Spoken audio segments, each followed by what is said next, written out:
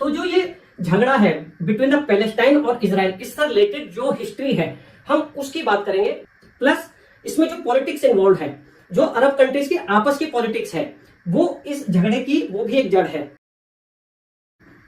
नमस्कार दोस्तों, हमारा आज का वीडियो उन लोगों के लिए है जो ये जानना चाहते हैं कि इजराइल और पैलेस्टाइन में युद्ध आखिर है किस बात का। देखिए, इसके पीछे हिस्ट्री, कल्चर और पॉलिटिक्स तीनों चीजें इन्वॉल्व हैं। अभी जो है न्यूयॉर्क डिक्लेरेशन आया है कि इन दोनों जो कंट्री हैं उन दोनों को शांतिपूर्वक किस तरह से रखा जाए, ज्योग्राफिकली इनको कैसे सेपरेट रखा जाए जिससे कि शांति परमानेंट हो पाए। तो जो डिक्लेरेशन आया है उसके बारे में, उसके जो मुख्य बिंदु हैं उनके बारे में हम डिस्कस करेंगे। अगर आपको वीडियो पसंद आए तो प्लीज लाइक करना। शुरू करते हैं। देखिए, जो अभी न्यूयॉर्क डिक्लेरेशन आया है 12 सितंबर 2025 को, सबसे पहले हम उसके कुछ जो मेन पॉइंट्स हैं वो कर लेते हैं। पहली बात तो यह है कि न्यूयॉर्क नाम से आप जो है कंफ्यूज मत होना। न्यूयॉर्क में यह प्लान बनाया गया है, इसलिए न्यूयॉर्क डिक्लेरेशन दिया गया है। इसका मतलब यह बिल्कुल नहीं है कि यह प्लान अमेरिका ने बनाया है। इनफैक्ट अमेरिका ने इस प्लान को नकारा है, उसने इसके अगेंस्ट वोटिंग की है यूएन में। तो सबसे पहले हम इस डिक्लेरेशन की बात कर लेते हैं। ये जो डिक्लेरेशन का प्लान जो रखा गया यूएन में, तो उसमें जो वोटिंग हुई है उसमें बड़ी संख्या में, यानी कि लगभग एक तरफा वोटिंग हुई उसके फेवर में। 142 कंट्रीज ने उसके फेवर में वोटिंग की है, जिसमें जो ज्यादातर जो मुस्लिम कंट्रीज हैं इंक्लूडिंग सऊदी अरब, कतर, इजिप्ट, जॉर्डन, इन सब ने इस जो ये प्लान है इसके फेवर में वोट किया है। भारत ने भी इसके फेवर में ही वोट किया है। इसके अगेंस्ट कुछ देशों ने वोट किया है, 10 देशों ने, जिसमें कि मुख्य देश कौन कौन से हैं? अमेरिका और इजराइल। इन देशों ने इसका अपोज किया है, उसके अपने कारण है जो अभी हम डिस्कस करेंगे। और 12 देशों ने ना फेवर में वोट किया है ना अगेंस्ट वोट किया है। अब हम बात करते हैं कि ये जो डिक्लेरेशन है इसके मुख्य पॉइंट है क्या, और यूएस ने और इजराइल ने इसको अपोज क्यों किया है। देखिए, पहला पॉइंट तो यही है कि इजराइल और पैलेस्टाइन को ज्योग्राफिकली दो सेपरेट स्टेट बनाया जाए। अभी आपको देखने में लग सकता है कि ये ऑलरेडी दो सेपरेट स्टेट है, पर सच में ऐसा नहीं है, वो हम अभी डिस्कस करेंगे। सेकेंड पॉइंट क्या किया है, जो पैलेस्टाइन है वो अभी जो है रिकॉग्नाइज स्टेट नहीं है बाय यूएन, उसको जो दूसरे देश हैं वो मान्यता नहीं देते हैं। तो इस प्लान में बोला गया है कि उसको रिकॉग्नाइज, उसको मान्यता दी जाए। तीसरी बात क्या है, जो जेरूसलम है उसको दो पार्ट में किया जाएगा, एक ईस्ट जेरूसलम और एक वेस्ट जेरूसलम। ईस्ट जेरूसलम को पैलेस्टाइन की कैपिटल बनाया जाएगा और वेस्ट जेरूसलम को इजराइल की कैपिटल बनाया जाएगा। ये एक जो यूएस और इजराइल इसका अपोज कर रहे हैं, ये एक पॉइंट है जो मुख्य कारण है, क्योंकि जो ईस्ट जेरूसलम है वो अभी हम देखेंगे आगे जाके भी, उसमें ही सारे धार्मिक स्थान हैं, क्रिश्चियंस के भी, यहूदियों के भी और मुसलमानों के भी। तो ये एक मुख्य पॉइंट है ईस्ट जेरूसलम को पैलेस्टाइन की राजधानी बनाने के ऊपर। एक पॉइंट है कि इजराइल की जो सिक्योरिटी है, जैसे इजराइल का कहना यह है कि आप प्लान तो बना दोगे लेकिन ये केवल थ्योरेटिकल है, हमारी जो प्रैक्टिकल गारंटी कौन लेगा। मतलब जो आप प्लान बना रहे हो, जो अरब कंट्रीज हैं, जो हमारे दुश्मन कंट्रीज हैं, वो इस प्लान को मानेंगे नहीं और हम पर फिर से अटैक कर देंगे, तो इसकी क्या गारंटी है। तो यूएन ने जो बोला है, जो इस स्टेटमेंट में, इस प्लान में बोला गया है, इस डिक्लेरेशन में बोला गया है कि जो यूएन है वो इसकी सिक्योरिटी की गारंटी लेगा इजराइल की। अच्छा, आगे एक बहुत इंपॉर्टेंट बात ये बोली गई है, जो हमास है जिसका गजा पे कंट्रोल है, जो एक उग्रवादी आतंकवादी संगठन माना जाता है, इसमें कहा गया है कि वो अपने हथियार छोड़े और जो उसकी ऑथराइज, जो उसकी मान्यता प्राप्त गवर्नमेंट है पैलेस्टाइन अथॉरिटी, उसको पावर सौंप दे। इसमें यह बोला गया है। और जो इजराइल और अमेरिका का विरोध ये है कि ये केवल आपका थ्योरेटिकल प्लान है, इसको ग्राउंड रियलिटी में चेंज करने के लिए आपने कोई स्ट्रॉन्ग होमवर्क नहीं किया है, इसलिए उन्होंने इसके अगेंस्ट में वोटिंग की है। अच्छा, इसमें एक मुख्य पॉइंट ये है कि जो ज्योग्राफी कंसीडर की जाएगी इजराइल की और पैलेस्टाइन की, वो 1967 के पहले की जाएगी। देखिए, 1967 में युद्ध हुआ है अरब कंट्रीज का और इजराइल का, तो उस युद्ध से पहले की जो सिचुएशन थी ज्योग्राफी में, वो वाली सिचुएशन कंसीडर की जाएगी। तो हम जो 1967 का युद्ध है उसे देखेंगे कि उसमें ऐसा क्या हुआ। ठीक है। अच्छा, अब इसमें एक बहुत इंपॉर्टेंट बात यह है कि जो शुरू में जो यूएन ने प्लान बनाया था पैलेस्टाइन का और इजराइल का, कि किसको पैलेस्टाइन का कौन सा हिस्सा दिया जाएगा, उस टाइम पे जो पैलेस्टाइन है उसके हिस्से में जो जमीन आने वाली थी उसका जो क्षेत्रफल था वो था 11,500 स्क्वायर किलोमीटर, और जो अब जो सिचुएशन है उसमें इसे दिया जा रहा है केवल 6,000 स्क्वायर किलोमीटर। तो इसे बोला जाता है अपने पैरों पे कुल्हाड़ी मारना, कि अरब कंट्रीज ने क्या क्या गलतियां की कि जो उसे पहले इतना एरिया मिल रहा था अब केवल इतना एरिया मिलेगा। तो इसमें पैलेस्टाइन की गलती नहीं है, क्योंकि पैलेस्टाइन तो उस टाइम पे एक्चुअल में एग्जिस्ट ही नहीं कर रहा था, मतलब वहां पे कोई ऐसा कोई संगठन नहीं था जो पैलेस्टाइन को प्रेजेंट करे। तो अरब कंट्रीज ने अपनी पॉलिटिक्स के लिए कैसे उसे नुकसान पहुंचाया वो भी हम अभी आगे जाके देखेंगे। अब अगर हम 1947 के यूएन पार्टीशन प्लान की बात करें, देखिए यूएन ने क्या प्लान किया। यूएन ने बोला कि हम पैलेस्टाइन को 3 पार्ट्स में ब्रेक करेंगे। इनफैक्ट पहला होगा ज्यूइश स्टेट, जिसका एरिया उन्होंने जो दिया वो दिया लगभग 55%। ये बात भी हम करेंगे कि 55% क्यों हुआ। जो अरब स्टेट है उसको जो पार्ट्स उसको दिए गए उसका जो टोटल एरिया था वो था 45% ऑफ द टोटल पैलेस्टाइन। यानी कि अगर हम एरिया की बात करें तो 14,500 स्क्वायर किलोमीटर इजराइल को, 11,500 स्क्वायर किलोमीटर पैलेस्टाइन को। और जो तीसरा पार्ट था जेरूसलम, जिस पर अभी झगड़ा हो रहा है कि ईस्ट जेरूसलम और वेस्ट जेरूसलम, इसके लिए प्लानिंग ये की गई थी क्योंकि ये तीनों ही रिलीजन्स के लिए एक पवित्र स्थान है, इंपॉर्टेंट प्लेस है कंसिडरिंग रिलीजियस मैटर।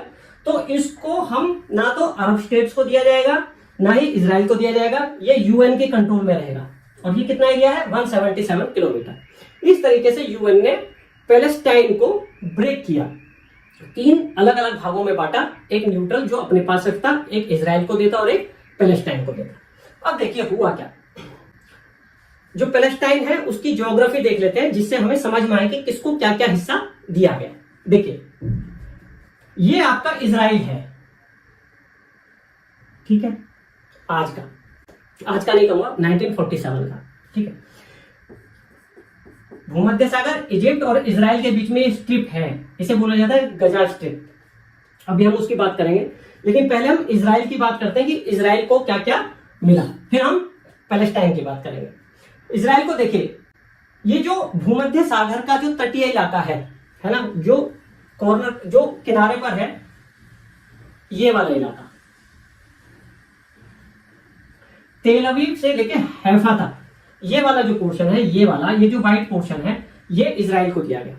ये क्यों दिया गया?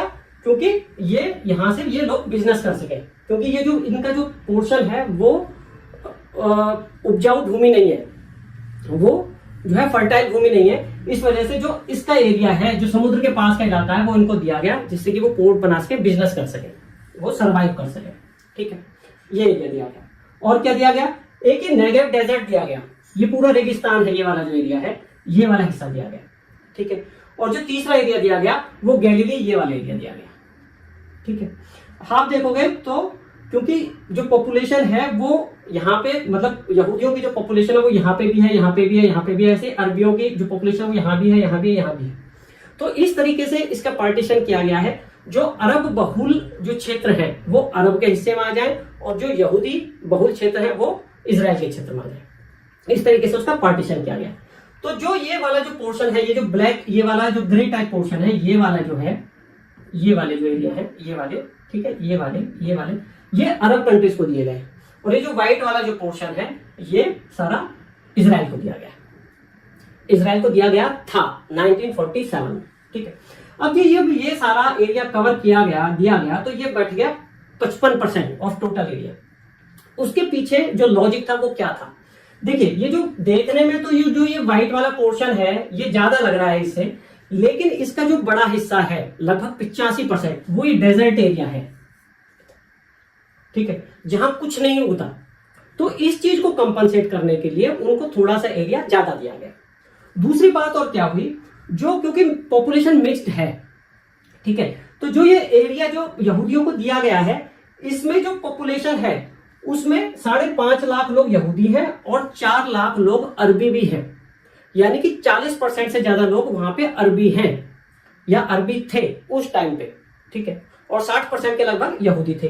तो उन चीजों को कंपनसेट करने के लिए कि भाई अरब लोग भी ज्यादा हैं प्लस यहाँ पे ये रेगिस्तान है, कुछ नहीं उगता, उस चीज को थोड़ा सा बैलेंस करने के लिए इनको एरिया थोड़ा सा ज्यादा दिया गया। जबकि जो उस टाइम पे पॉपुलेशन थी वो लगभग 33% थी यहूदियों की। टोटल 100 लोग हैं तो उसमें से लगभग 33 लोग यहूदी थे और 66-67 लोग अरब के थे। लेकिन जो ज्योग्राफी थी उसको कॉम्पनसेट करने के लिए, उसको बैलेंस करने के लिए थोड़ा सा एरिया यहूदियों को ज्यादा दिया गया। ठीक है, अच्छा अब आते हैं हम पैलेस्टाइन की। अगर हम बात करें, इसको मैं अगर मिटा दूं, देखिए ये समझना कि ज्योग्राफी प्रॉपर समझना कि कौन सा प्लेस कहां पे है, किस कंट्री के वो टच में है, जिससे कि वो आगे जाके भी समझ में आएगा। एक तो गजा दिया गया, गजा स्ट्रिप, अगर इसे पूरे एरिया को बोला जाए तो इसे गजा स्ट्रिप बोला जाता है। गजा स्ट्रिप के अंदर गजा एक शहर है। ठीक है, जो गजा स्ट्रिप है उसमें जैसे 20-22 लोग हैं और 20-22 लाख लोग हैं आज के टाइम में, और जो उसके अंदर गजा शहर है उसके अंदर 7-8 लाख लोग हैं। ठीक है, इस तरीके से। तो गजा स्ट्रिप इसलिए क्यों बोला गया, क्योंकि लंबाई ज्यादा है, चौड़ाई बहुत कम है। और ये एरिया जो मेडिटेरियन सी है, जो भूमध्य सागर है, वो ये है इजिप्ट और इजराइल के बीच का एरिया है ये। ठीक है, तो ये है गजा स्ट्रिप। और क्या दिया गया उसको, नेक्स्ट स्लाइड में दिखाता हूं। ये वाला एरिया वेस्ट बैंक, जो कि जॉर्डन से लगता हुआ एरिया है। इनफैक्ट जॉर्डन रिवर है ये, इससे लगता हुआ एरिया ये वेस्ट बैंक है। वेस्ट बैंक क्यों कहा जाता है, क्योंकि जो जॉर्डन रिवर है उसके वेस्ट में है ये, उसकी पश्चिम डायरेक्शन में है ये, इसलिए इसे वेस्ट बैंक बोला जाता है। ठीक है, अच्छा और क्या दिया गया था इसके अलावा, अगर वहीं पे आए दोबारा तो देखिए, ये जो गैलीली जो हमने बोला था, जो इजराइल को दिया गया था, उसका कुछ हिस्सा, ये वाला हिस्सा पैलेस्टाइन को दिया गया, ये वाला हिस्सा इजराइल को दिया गया और ये वाला हिस्सा पैलेस्टाइन को दिया गया। और जहां पे थोड़ा थोड़ा इलाका जहां अरब लोग बहुल में थे, वो भी उनको अरब को यानी कि पैलेस्टाइन को दिया गया। तो कुल मिला के जो इसका एरिया था वो लगभग 11,500 स्क्वायर किलोमीटर हो गया था। कितना हो गया, 11,500 स्क्वायर किलोमीटर। कैसे कैसे, जो वेस्ट बैंक है उसका एरिया लगभग 5500-5600 स्क्वायर किलोमीटर है। गजा पट्टी तो छोटी सी है, 365 स्क्वायर किलोमीटर की, लेकिन जो यहाँ पे गलीली और जो अन्य अरब क्षेत्र थे उनका एरिया भी 5500 किलोमीटर था। कुल मिला के 11,500 स्क्वायर किलोमीटर। तो इस तरीके से काफी बैलेंस करके ये प्लान बनाया गया था। इसमें मतलब ऐसा बहुत ज्यादा नहीं लगता कि कोई बहुत बड़ी पार्शियलिटी हुई है, मतलब उस चीज को, उस सिचुएशन को देखते हुए। हम आगे चल के बात ये करेंगे कि ये यहूदियों को ये लैंड क्यों दिया गया, उसकी हिस्ट्री में हम जाएंगे। अब क्या हुआ कि मेन कारण यही था कि जो अरब कंट्रीज थे उन्होंने ये प्लान एक्सेप्ट नहीं किया, कंसीडरिंग कि उनको ज्यादा पार्ट दिया गया है, 55% दिया गया है, जबकि उनकी संख्या कुल 33% है, और हम लोगों को, अरब कंट्रीज को कुल 45% दिया गया है, जबकि हमारी संख्या उनसे दुगनी है।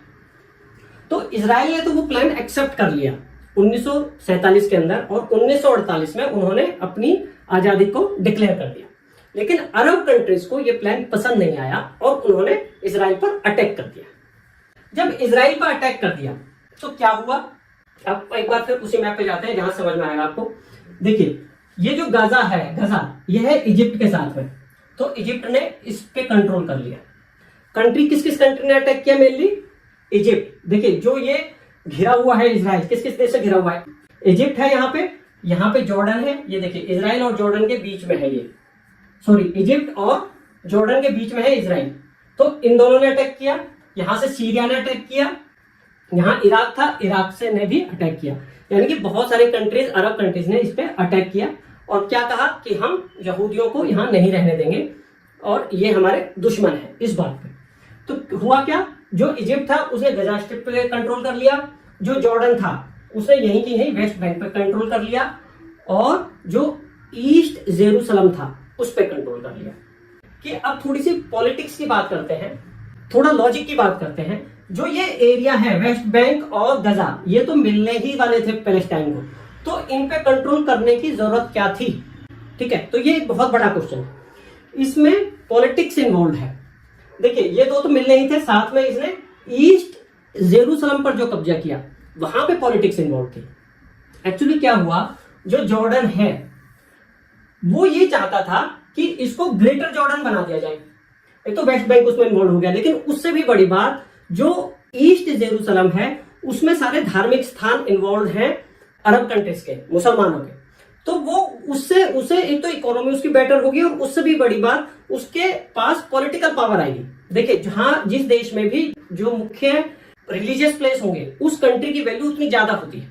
जैसे कि सऊदी अरब की वैल्यू क्यों ज्यादा है? क्योंकि वहां पे मक्का मदीना है, ठीक है। तो यहाँ पे अलग-सा मस्जिद हो गई और डोम ऑफ द रॉक हो गई, जो कि बहुत महत्वपूर्ण स्थान है मुसलमानों के लिए।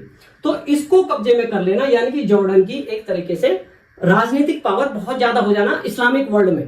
तो उसने इस बात को ध्यान में रखते हुए उसे अपने कंट्रोल में लिया, ईस्ट जेरूसलम को। और जो इसको किया, इससे इसका एरिया बढ़ा, इसने ग्रेटर जॉर्डन बनाया उसे। तो जॉर्डन ने पैलेस्टाइन के बारे में ना सोचकर अपने बारे में सोचा। तो यहाँ पे इस तरीके की पॉलिटिक्स इन्वॉल्व हुई, जिससे कि पैलेस्टाइन को लॉस हुआ। और देखिए, और अभी बात करेंगे इसमें यहाँ पे कहां कहां पॉलिटिक्स इन्वॉल्व थी। तो एक बात तो ये हो गई कि उसने उस पर कंट्रोल कर लिया। दूसरी बात, वहां पे जो है 7 लाख पैलेस्टाइन बेघर हो गए उस युद्ध में। तो जो उसे वेस्ट बैंक, जो जिसपे उसने अधिकार किया था जॉर्डन ने, उसने क्या किया कि पैलेस्टाइन को अलग एरिया नहीं बनाया, उसको डिक्लेयर नहीं किया। उसने जॉर्डन की ही नागरिकता पैलेस्टीनियंस को दे दी। जो पैलेस्टाइन लोग थे, फिलिस्तीनी जो लोग थे, उनको अपनी नागरिकता दे दी, बजाय इसके कि वहां पैलेस्टाइन कंट्री बनाया जाता और उसकी नागरिकता दी जाती उन लोगों को। तो उसने अपने बारे में सोचा जॉर्डन ने। तीसरी बात क्या हुई, जो गजा है, शुरू में इजिप्ट ने इजराइल के अगेंस्ट वॉर किया, लेकिन अभी की जो सिचुएशन है, गजा में जो प्रशासन है वो चाहे पैलेस्टीनियंस का है, हमास का है, लेकिन उस पर जो नाकाबंदी होती है, जो बाहर के जो सीमा है उसको कंट्रोल किया जाता है कि जहां से लोग गुजरते हैं अपने देश से बाहर कहीं भी जाएंगे तो उनको कंट्रोल किया जाएगा कि कहां जा रहे हो, पूरी चेकिंग होगी। उसमें इजराइल का साथ कौन देता है? इजिप्ट। इजिप्ट क्यों साथ देता है उसकी हम अभी बात करेंगे, लेकिन वो पैलेस्टाइन के साथ ना होके इजराइल के साथ है। तो इसमें भी अरब के एक कंट्री जो इजिप्ट है उसकी बहुत बड़ी पॉलिटिक्स इन्वॉल्व है।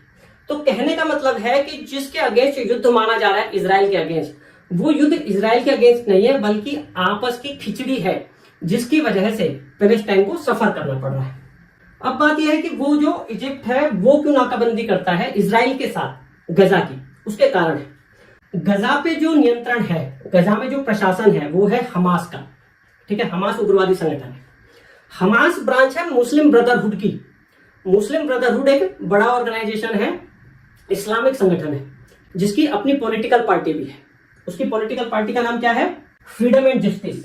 और ये बनाया किसने था? मुस्लिम ब्रदरहुड, हसन अल बन्ना ने।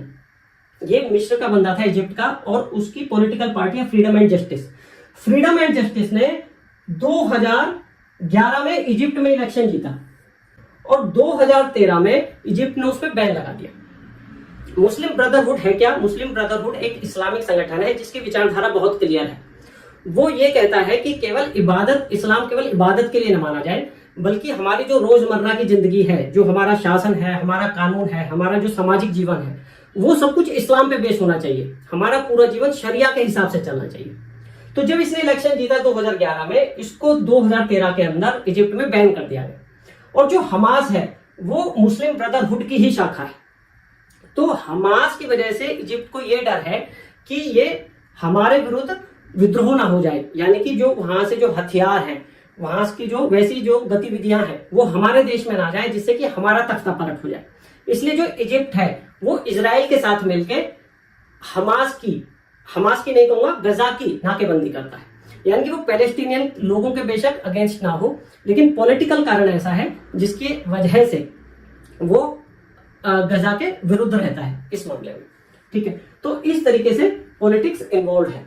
अच्छा, एक बात और है, जो ये मुस्लिम ब्रदरहुड है ये खाली इजिप्ट तक ही सीमित नहीं है। इसकी ब्रांचेज या इससे जुड़े हुए संगठन इजिप्ट में तो है ही है, जॉर्डन में, सीरिया में, कतर में, सूडान में और ट्यूनेशिया में भी है। यानी कि ये अगर बात करें इसकी, तो ये बहुत बड़ा संगठन बनता जा रहा है ग्लोबल, जिसके बहुत सारे देश अगेंस्ट हैं और बहुत सारे देश इसमें इसके प्रति सहानुभूति रखते हैं। तो यहाँ पे अरब पॉलिटिक्स भी इन्वॉल्व है और इजराइल के साथ झगड़ा भी इन्वॉल्व है। एक बात और, जो इजिप्ट है वो इजराइल के साथ बिजनेस भी करता है, उसे वहां से पैसा भी मिलता है, इसके लिए भी वो इजराइल का साथ देता है। अब पहले उसके अगेंस्ट उसने युद्ध भी किया था, लेकिन अब उसके साथ देता है। अब बात करते हैं आगे चल के कि जो प्रेजेंट में पैलेस्टाइन की सिचुएशन क्या है, वहां प्रशासन किसका है। देखिए उसमें जो बात कही गई डिक्लेरेशन में, उसमें यह कहा गया कि पैलेस्टाइन को और इजराइल को अलग रखा जाएगा। अगर हम बाहर से देखें तो हमें लगेगा कि गजा जो है या जो वेस्टर्न बैंक है वो है ही अलग, मतलब पैलेस्टाइन अलग ही है, पर सच में ऐसा नहीं है। क्या जो गजा है, गजा के अंदर हमास का प्रशासन है। 2007 से 2006 में हमास ने वहां पे इलेक्शन जीता। हमास क्या है? हमास की अपनी सेना है और हमास का अपना पॉलिटिकल विंग है। तो पॉलिटिकल विंग ने हमास में इलेक्शन जीता और 2007 से उस पर पूरा कंट्रोल रखे हुए हैं, मतलब उसके बाद कोई इलेक्शन नहीं हुआ, उसका पूरा कंट्रोल है। लेकिन उसको बाहर से उसकी नाकेबंदी की हुई है इजराइल और इजिप्ट ने मिलकर, ठीक है। अब जो उसका दूसरा एरिया है पैलेस्टाइन का, वो है वेस्ट बैंक। वेस्ट बैंक पे हमास का कंट्रोल नहीं है, हमास का कंट्रोल खाली गजा में है, गजा स्ट्रिप पे। वेस्ट बैंक पे जो वहां की दूसरी पार्टी है पैलेस्टाइन की, फतह, उसका कंट्रोल है, उसका राज है। और इसी को बोला जाता है पैलेस्टाइन अथॉरिटी, जो उसमें बोला गया है ना डिक्लेरेशन में, पे जो हमास है अपने हथियार छोड़ दे और किसको सुपुर्द कर दे अपनी ताकत, पैलेस्टाइन अथॉरिटी को। तो पैलेस्टाइन अथॉरिटी रिकॉग्नाइज्ड अथॉरिटी है पैलेस्टाइन की। लेकिन यहां पे भी क्या बात है कि यहां पे भी बहुत सारी बस्तियां इजराइल ने बसा दी है यहूदी लोगों की। तो डिक्लेरेशन जो हुआ है उसका ये हुआ है कि वहां पे वो अपनी बस्तियां रोके और पूरी तरह से वो पार्ट पैलेस्टाइन का हो जाए। इसमें एक बात और है, जो अभी युद्ध चल रहा है इजराइल का और पैलेस्टाइन का, इनफैक्ट जो गजा पे जो सरकार है हमास की, हमास ने अटैक किया है इजराइल पे। जो ये वाली जो पैलेस्टाइन अथॉरिटी है इसने अटैक नहीं किया है। कहने का मतलब ये है कि पैलेस्टाइन की सरकार ने या पैलेस्टाइन की सेना ने हमला नहीं किया है, हमास की सेना ने किया है। हमास खुद अपने आप में एक विंग है, एक संगठन है जिसकी अपनी सेना है, एक इस्लामिक संगठन है जिसकी अपनी सेना है। तो इजराइल पे जो हमला किया था वो गजा की सेना ने किया था, यानी कि हमास ने किया था। और इजराइल का कहना भी यही है कि हम जो हमला कर रहे हैं हम भी गजा पे ही कर रहे हैं, हम पैलेस्टाइन पे नहीं कर रहे। तो ये थोड़ी सी उलझी हुई कहानी है। अच्छा, अब बात करते हैं 1967 की, जिसमें युद्ध हुआ था और जिसके बेस पे ज्योग्राफी डिसाइड करने की बात हो रही है। देखिए, जब 1948 में जो हिस्सा जॉर्डन और इजिप्ट ने हथियाया था उस टाइम पे, उस पर कब्जा किया था, वो सारा हिस्सा वापस से इजराइल ने छीन लिया 1967 में। उसके साथ साथ देखिए, ये थी गजा स्ट्रिप, ये इजराइल ने छीन ली। ये था वेस्ट बैंक जो जॉर्डन के उसमें था, ये छीन लिया। इसके साथ साथ ईस्ट जेरूसलम था, वो इजराइल ने छीन लिया। और जब इनके साथ सीरिया ने हमला किया अरब कंट्रीज के साथ, तो ये अपना जो ये वाला एरिया है इसका, ये बहुत पहाड़ी एरिया है, बहुत ऊंचा एरिया है, गोलान हाइट्स करके। इसने इजराइल की बहुत ऐसी की तैसी कर रखी थी इस वाले एरिया से, क्योंकि ये बहुत ऊंचा एरिया है। तो 1967 के युद्ध में इजराइल ने गोलान हाइट्स सीरिया से छीन लिया। अब ये सीरिया के पास है। तो अब का जो डिक्लेरेशन हुआ है 2025 वाला, उसने क्या बोला है कि जो इसने जो छीने हैं, गजा छीना है वो वापस करना पड़ेगा, वेस्ट बैंक छीना है वो वापस करना पड़ेगा, और जो सीरिया से गोलान हाइट्स छीना है वो भी सीरिया को वापस करना पड़ेगा। तो ये इसके मुख्य बिंदु हैं इस डिक्लेरेशन में। तो समझ में आ गया 1967 में क्या हुआ और 1948 में क्या हुआ था।